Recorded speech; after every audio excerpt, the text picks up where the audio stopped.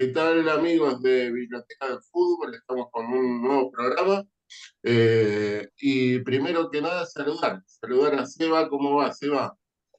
Hola, Daniel, ¿cómo estás? Buenas tardes a todos. Un saludo para todos. Hoy con un invitado de lujo, Daniel. Sí, sí, sí, hoy tenemos un lujo porque vamos a hablar de la Eurocopa y acá un gran amigo de la casa, autor. Tenemos varios libros en su poder sobre su autoría, sobre la selección de España, sobre la Champions y no, sobre la NBA, digo, y si no me olvido de ninguno. Director técnico, periodista y amigo de la casa, que es José Antonio Vallejo. Un gusto tenerte.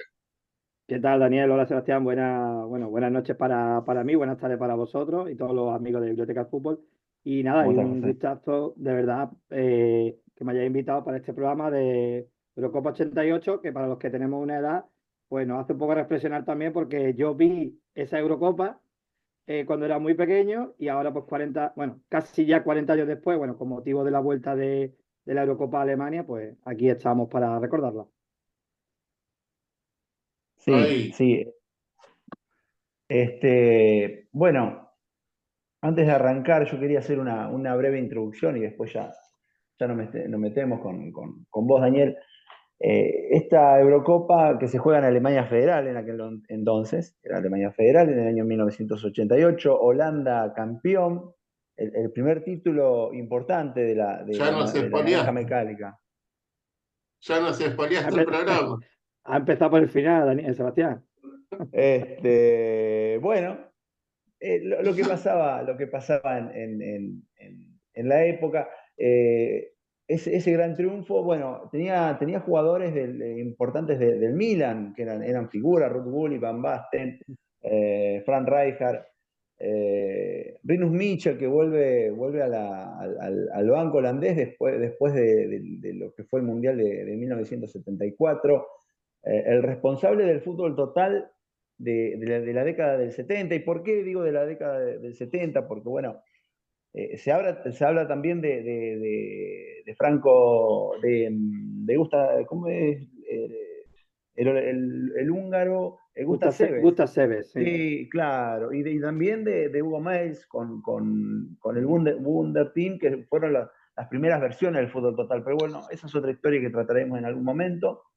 Después, a ver, esa Euro tenía 8 finalistas, era diferente la manera de juego. Por lo general siempre entraban las selecciones importantes. Para esta, Francia queda fuera. Sí, había quedado fuera eh, con la República Oriental de Alemania y la Unión Soviética, Ujú. si no leí Sí, mal. sí. Bueno, España que entra tras una goleada con Albania, tras el empate de Rumania y Austria. Inglaterra que había entrado cómodo tras golear a Yugoslavia y a Turquía. Yugoslavia que tenía una gran selección. Bueno, después Irlanda, que se clasifica por primera vez. Ya en Alemania entrenaba a Frank Beckenbauer. Ujú. España con Emilio Butragueño, que era figura del Real Madrid. Y bueno, y quiero que nos hables de lo que era la Quinta del Buitre, que gastaron sus primeros cartuchos en aquella Euro. Esos jugadores. Bueno, y ya en Dinamarca estaba Peter Schmeichel en el arco. Y en la final, después de 32 años, le gana Holanda a Alemania. Buen repaso de tantas cosas que pasaron. Yo por alusiones por España, sí contextualizamos un poco el año 88, en el que, bueno, como bien dice, la famosa quinta del buitre, ¿no? Michel, Butragueño, Sanchís y Martín Vázquez, dejando un poco de lado a Pardeza, pues toman los mandos, aunque bien es cierto que es justo en Eurocopa que nosotros calificamos como transición entre lo que fue el bloque del 86, jugadores más veteranos que todavía permanecían, pues como Ujú. Camacho, Víctor, jugadores como Gallego, Gordillo, y luego ya en el 90, en el Mundial de Italia, ya ahí sí definitivamente va a ser el equipo de la quinta, ¿no? Entonces, bueno, estamos justo en ese periodo. Va a ser el último gran evento de José Antonio Camacho, que luego sería seleccionador y que cerraba 15 años, ni más ni menos, de servicio a la selección española. Y también el último partido de Miguel Buñoz como seleccionador, el que nos había llevado a la final de la Eurocopa anterior, el 84, y hasta los cuartos de final en el 86. O sea que, bueno, era, no se debe decir, cambio de ciclo en una historia para España que no acaba bien. Bien es cierto que en un grupo terriblemente complicado, como no podía ser de otra manera, en una Eurocopa con solo 8 países, ¿no? Los 8 elegidos del continente, ¿no? Claro, digo, ahí como para contextualizar un poco, era otra Europa y era otra las selecciones que participaban, al ser otro el mapa, ¿no? Creo que fue el último mundial con las dos Alemanias, el último mundial con la URSS, ¿no? La Rusia como integrante de la Unión de Repúblicas Socialistas Soviéticas, y eran mucho menos las selecciones europeas que existían, digo, eran menos países, menos selecciones en ese contexto. Entonces eso va a por qué ocho, ¿no? Digamos que hacían como un tamiz de qué selecciones participaban. ¿Cómo fue ese proceso de clasificación? ¿Qué te acordás? ¿Qué hecho destacado de alguna que se haya quedado afuera? ¿De qué podemos? Bueno, mencionó Sebastián, evidentemente el bombazo fue la no clasificación de la campeona que era Francia, ¿no? Quedando por debajo, como bien has dicho, de la Alemania, la otra Alemania, la que siempre hemos comunicado, coincidió que es la otra, y la Unión Soviética, ¿no? Y luego quedaron fuera también Portugal, que en esos años también era muy pujante, sobre todo con el Benfica y, bueno, los dos, Benfica y Oporto, estuvieron en 3 de las 4 finales principales de esos últimos años, es decir, que era una liga potente, batacazo, y bueno, también quedó fuera Yugoslavia, que sigue teniendo un muy buen equipo, y cayó, ¿no? Y es que era muy complicado realmente, ¿no? Porque eran 8 billetes que estaban muy, muy caros, y bueno, como habéis mencionado también, España se salva milagrosamente por un empate entre Austria y Rumanía, y bueno, prácticamente en esa época sí se festejaba la clasificación para un gran evento porque es que era muy complicado realmente. En el grupo A, bueno, estaba Alemania ya tenía Klinsmann como delantero en ese torneo. Y una Italia renovada, ya había pasado la Italia campeona del 82 y bueno, y el Mundial de México 86. Y bueno, también en el grupo, como vos decís, estaba Dinamarca, bueno, y estaba la selección española, eh, que al fin y al cabo quedan los alemanes y los italianos para la siguiente fase. No, el Los, grupo, los dinamarqueses, los dinamarqueses, bueno, tenían el Jair Larsen, Lerby, esos jugadores, Morten Olsen, que estaban, digamos, ya sí. no era la que sorprendió en el Mundial 86. Sí, mire, curiosamente, porque Dinamarca es uno de mis equipos fetiches, ¿no? Estos que entran mucho por los ojos, supongo porque por aquellas camisetas, ¿no? Con esos números tan grandes y que te impactaban como espectador muy joven, ¿no? Pero es muy curioso lo de Dinamarca, porque en la Euro 84 lo va a pegar España con un señor equipazo, con Lerby, con Molby, con Peve Larsen, con todo esto, Olsen. En el 86 se va a encontrar con España de nuevo, el famoso 5-1 en Querétaro, Ujú. pero en el 88 realmente el equipo de Dinamarca era mucho mejor. Pues ya tenía a Michael Laudrup totalmente afianzado ya en el fútbol europeo, tenía, como bien has comentado, a Peter Schmeichel ya, cierto que todavía muy joven, antes de fichar por el Manchester United, ¿no? Iniciando todavía en el Brøndby, y a Flemming Poulsen, que también va a ser muy importante, capital en la Eurocopa del 92, es decir, que por nombre era mejor equipo, sin embargo se llevó 3 derrotas, prácticamente 3 goleadas en los 3 partidos, muy, muy curioso, en un grupo pues terrible, terrible, como bien has comentado, Alemania en su mejor versión, más potente y jugando en casa, Italia renovada con un tridente maravilloso que era el príncipe Giannini en la media punta y arriba Viali, que nos dejó hace poco tiempo, y Roberto Mancini, su compañero en la Sampdoria, y esta Dinamarca, ¿no? Y esa España también pujante, siempre aspirante a todo. O sea que nos esperaban 6 partidos de vértigo en este grupo A, ¿no? Senga, Maldini, Sí, sí, Baresi. sí, sí, toda la defensa del Milan, los centrocampistas que todavía estaba Ancelotti, por ejemplo, en ese equipo, ya más veterano, por ejemplo, Altobelli, y bueno, estaba ya todavía está Donadoni, y como digo, la parte de arriba, pues totalmente nueva, ¿no? Que luego no todos ellos van a ser titulares en Italia 90, con la irrupción de Schillaci, de Carnevale del Napoli, pero esa pareja Vialli-Mancini, por ejemplo, va a llevar a Sampdoria a ganar la Liga la 90-91 y también a la final de la Copa Europa del 92 ante el Barcelona. Y cuando hablamos de España y de la quinta del buitre, como, a ver, como para tener una idea, jugadores que habían ganado la liga en el 86, 87, 88, 89, 90, habían ganado 2 Eurocopas, habían ganado dos Supercopas, creo, una Recopa. Bueno, eran muchos títulos, eran jugadores realmente eh, interesantes que tenía esa selección española. Sí, hablamos de 5 ligas entre el 86 y el 90, como bien dice, llegando al punto que ya casi ni se celebraban por la comodidad con la que lo conseguían. 2 copas de la UEFA, que son las del 85 y el 86. Recopas no, porque se perdió la final del 83 con Ujú, el Aberdeen. ujú. Y era un equipo preponderante en España, que luego es verdad que en Copa de Europa nunca llegó a plasmarlo, ¿no? En la máxima competición.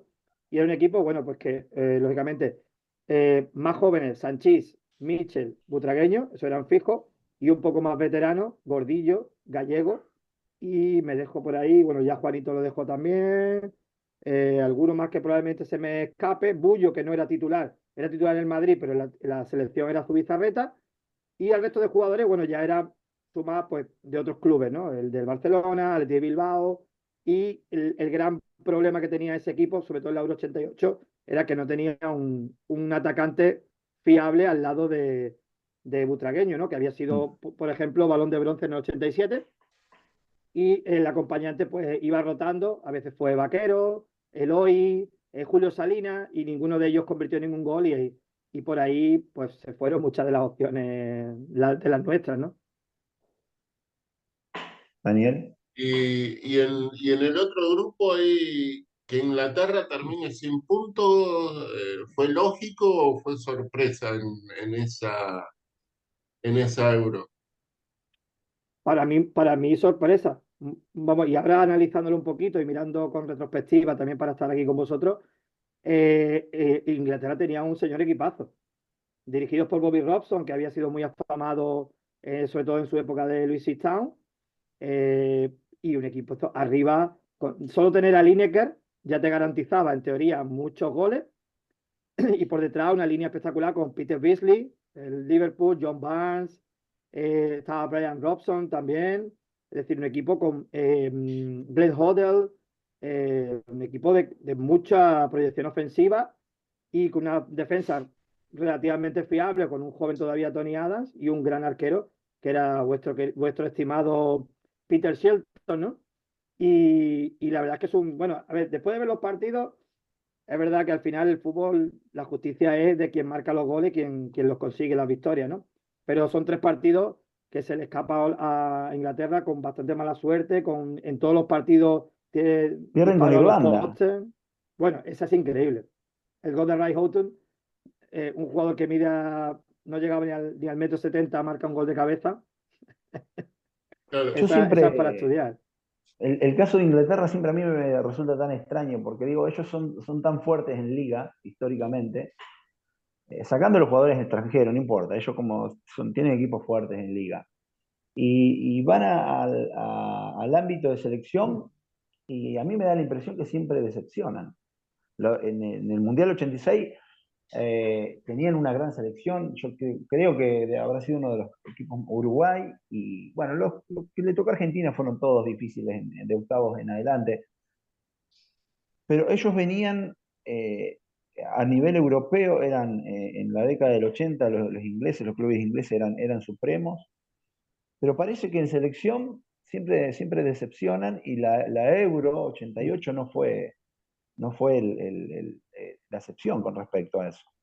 Bueno, también hay que contextualizar para los más jóvenes que justo en el 88, bueno, arranca un año antes la famosa sanción de 5 años sin jugar competición europea para los equipos Así ingleses es, por el desastre claro. de Heysel, ¿no? Y Claro. eso provocó que muchos Ujú, de los talentos emigraran. Por ejemplo, Gary Lineker pues ficha por el Fútbol Club Barcelona. Y ujú, digamos que, bueno, digamos, ¿no? Que la que todavía no sería la Premier, pero la Liga Inglesa va a quedar muy devaluada sin ujú. competición europea y yo creo que también eso le afecta, pero vuelvo a repetir, nombre por nombre estaba al nivel de los demás, ¿no? Y sorpresa Irlanda y sorpresa relativa la Unión Soviética también, que bueno, que tenía un equipito eh, espectacular, que luego, por desgracia, pues con el tema político, pues se deshace todo, ¿no? Pero Un equipo ese equipo de la Unión mecánico, Soviética jugaba muchísimo. al nivel de Drago del de Rocky, una cosa Y, Sí, así. pero y- tú, no, no digo que ahí con el spoiler que nos tiró de Seba, ¿no? De que Holanda sale campeón, digo, para el que la está viendo ya le estamos contando el final, pero digo, se abre ese grupo con el partido que cierra, que después es la final, URSS Holanda, ¿no? Que ahí se lleva el triunfo la URSS 1-0 y Holanda en ese todavía no podía contar con Van Basten, ¿no? Van Basten se pierde el primer partido y la URSS se lleva un 1-0 del triunfo ahí. Y después terminan Entra, clasificando. entra en el segundo tiempo, Daniel, ¿Entra en Van el Basten. segundo o Entra entra en en el el segundo segundo tiempo, partido? no, no, en el segundo tiempo de ese partido. Y tuvo una, por lo que yo he leído de medios españoles, José. Entra en el Tenía segundo tiempo. la imagen de que arrancaba la segunda fecha. En la segunda fecha con Inglaterra mete los tres Ahí. goles. Eh, Van Basten venía, el año entero venía por una lesión, venía de ser suplente, hizo todo el año banco en el Milan.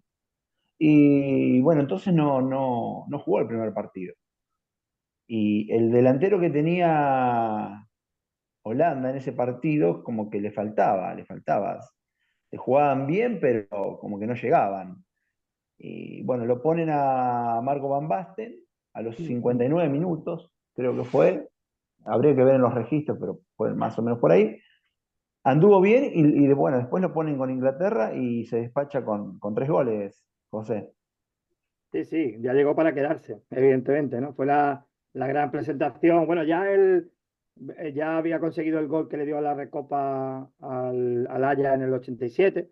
Luego, como bien dice, ficha por el Milan, ¿no? Ya crea ese tridente mágico de holandeses con Gulli y Rijkaard, aunque verdad que a Rijkaard le costó un año de cesión un poquito más entrar.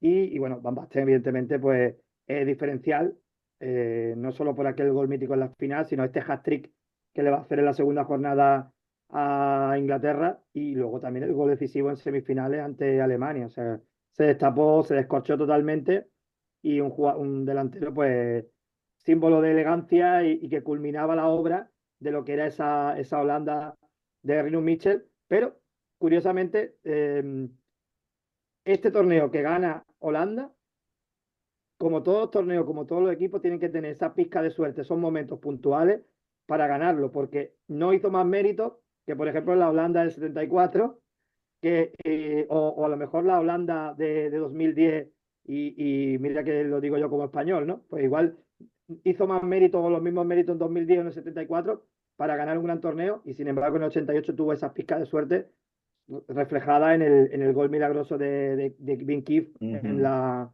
tercera jornada. O sea que, como todo en la vida, hay que estar en el momento Claro. adecuado y tener ese puntito de suerte. A 3 minutos del final clasificaba Irlanda. Sí, sí, estaba fuera por la derrota, como había dicho Daniel, contra la UR, el gol de Vasily Rat, y que le ponían pues ya en un match ball, ¿no? Salva el Ujú, partido contra Inglaterra, 3-1, 3 goles de Van Basten, y estaba obligada no solo a empatar, sino a ganarle a Irlanda, que había empatado con la URSS, y estaba pues la URSS e Irlanda con 3 puntos y Holanda con 2. O sea que tenía que ganar sí o sí, y el arco bien defendido como siempre por Pat Bonner, pues no se le abría. Los holandeses estaban a 5 minutos del final, estaban fuera.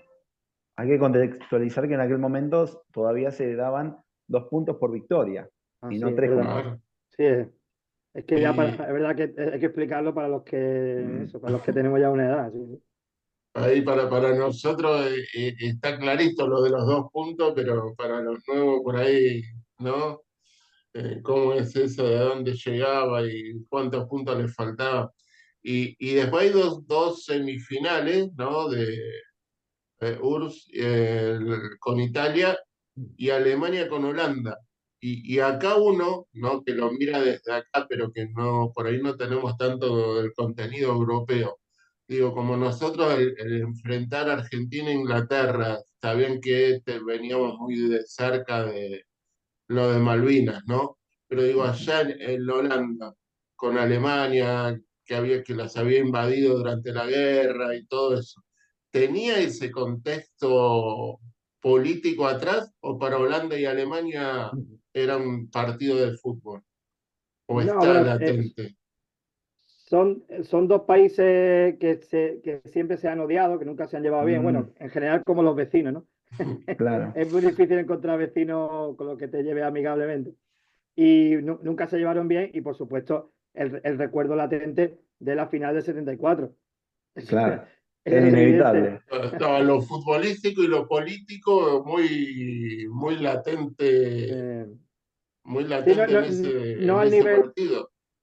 yo no considero que tanto igual al nivel de las Malvinas, pero sí había un resquemor muy fuerte. Bueno, pues todas estas circunstancias políticas, social, pero sobre todo, como digo, el reencuentro de la final 74, además nuevamente jugando en Alemania, y bueno, dos potencias realmente, ¿no? Porque Alemania en ese momento eh, estaba siempre en clubes jugando finales, ganando finales y estando muy poderoso y ya con su estrella empezaban ya a emigrar a Italia, que era la liga más poderosa, donde se pagaban grandes sueldos, con gente Ujú. ya como Boller, como Klinsmann, el propio Matthäus, ¿no? Van a empezar a salir, Bertolt, por ejemplo, y una Holanda, pues que aparte del tridente del Milan, hay que poner en contexto que ese año el PSV gana la Copa Europa y que el Ajax el año anterior había ganado la Recopa. Es decir, que hablamos de un fútbol holandés en total efervescencia y además ya culminada, pues eso, con el maestro Rinus Michel en el banquillo Ronald y Koeman, José. todo, sí, sí, con Koeman, con Rijkaard, con Van Aerle, Van Tigelen, y jugadores muy Acá están trabajadores como los Boute, hermanitos Coleman. Claro. Claro, está Evil Kuma, está Bouter, está, por ejemplo, un jugador súper veterano que es Muren, que es el que le da el pase del gol de Van Basten en la final, del pase de Muren es como aquel pase del Negro Enrique a Maradona. ¿Sabes? Él dice, bueno, yo doy el pase, tira el balón arriba y Van Basten lo convierte en una obra de arte, ¿no? Pues Muren, que era Ujú. un veterano ya con 38 años, pues estaba en esa selección, dos equipos, bloques totalmente armados y de un partido pues, que se presagiaba del más alto nivel europeo. Y Bueno, Mateus empezó perdiendo Holanda. Sí, un Y penalti, un penalti que, vamos, casi inexistente, muy, ujú, muy a lo Klinsmann en Italia 90 en la final, ¿no? Que creo que no tengo que explicaros mucho el contexto. ujú, Pues parecido, ese penalti, penaltito, como decimos en España, de Rijkaard a Klinsmann, que convierte a Matao, aunque está a punto de detenerlo un gran arquero en esa suerte, ¿no? Que era Van Breukelen, estuvo a punto de con detener Breukelen. Ujú, sí, así es. Y bueno, y lo da vuelta con Koeman también de penal y bueno, y Marco Van Basten.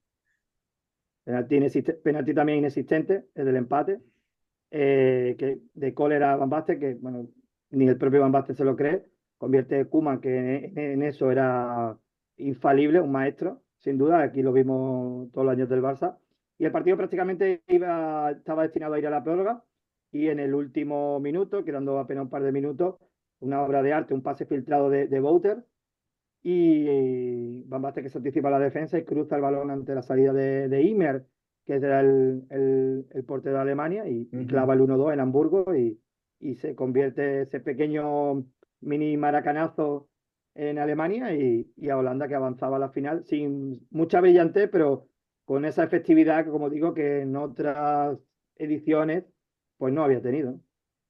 Claro.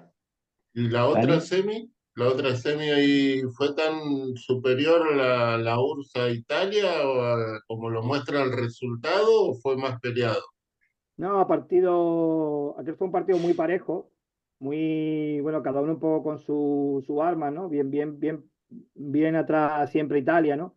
Y la Unión Soviética, como decía Sebastián, jugó muy mecánico, también muy físico, ¿no? Y bueno, en ese partido arranca a llover y bueno, yo creo que también la lluvia favorece el juego físico de la URSS, ¿no? Y bueno, al poquito de la segunda parte, bueno, un jugador que era yo le digo como un tractor, ¿no? Pura potencia en el medio campo, Litoshenko, que avanza por la parte izquierda, que no era su zona habitual de juego, pues sorprende a la defensa y cruza el balón y mete el 1-0 y eso abre definitivamente el partido. Ya el Italia partido. se tiene que lanzar al ataque y ahí le llega el segundo gol de una máquina de meter goles que era Oleg Protasov. Y Estaban. Sí, José. no, decía eso, que Protasov y muchos otros talentos que si tú quieres hablar de ellos, pues habla tú, que yo empiezo a hablar de la URSS y me dan aquí las tantas. Bueno, Savarov, Alenikov, Mikhailichenko. Bueno, y Dazaev, el arquero.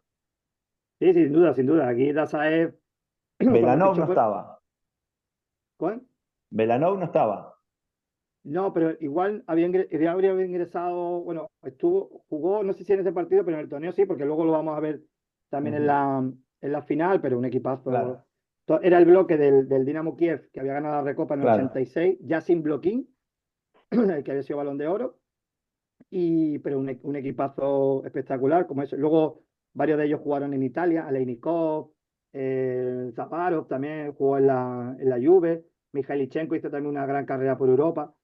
Y bueno, la verdad es que era un equipo que jugaba muy bien al fútbol y bueno, como digo, con Dazaev como gran figura, el mejor portero de esta Eurocopa y que luego fichó por el Sevilla y creando una gran expectación en España, porque claro, todos queríamos de alguna forma imitarlo y muchos porteros, por ejemplo, empezaron a vestir de amarillo por la indumentaria que llevaba el gran Rinat Dazaev, aunque entrenadores como Luis Aragonés querían que cambiara de color porque lo consideraban gafe, ¿no? O mufa, ¿no? Como se dice en Argentina, ¿no? Ahí con Bilardo no hubiese atajado. ¿Seguro? Seguro que no. Seguro que no, no, le iba a hacer cambiar. Lo dejaba en la Eh, concentración.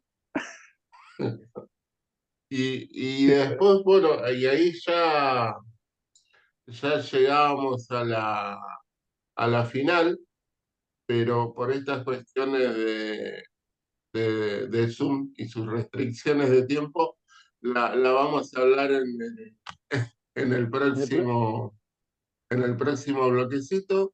Así que vamos a hacer acá una pequeña pausa